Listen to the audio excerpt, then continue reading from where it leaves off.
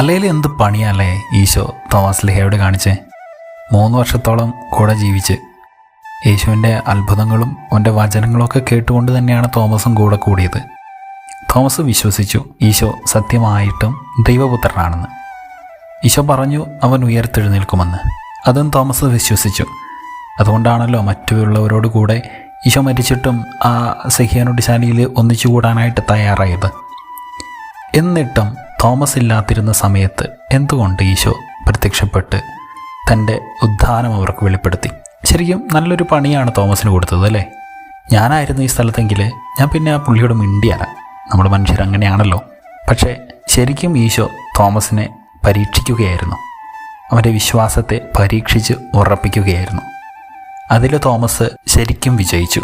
പഴയ നിയമത്തിൽ അബ്രാഹത്തെ ദൈവം പരീക്ഷിച്ചിട്ടുണ്ടല്ലോ. 100 വയസ്സായപ്പോഴാണ് അവനൊരു മകനെ കൊടുത്തത്.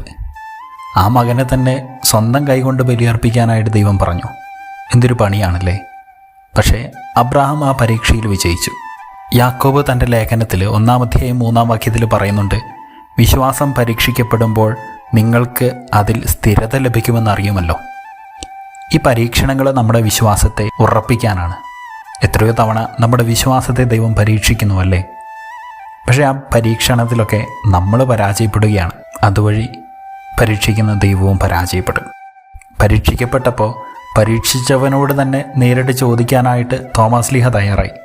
നമുക്കും ആ ഒരു മനോഭാവം വേണം, പരീക്ഷിച്ചവനോട് തന്നെ ചേർന്ന് നിൽക്കാനായിട്ട്.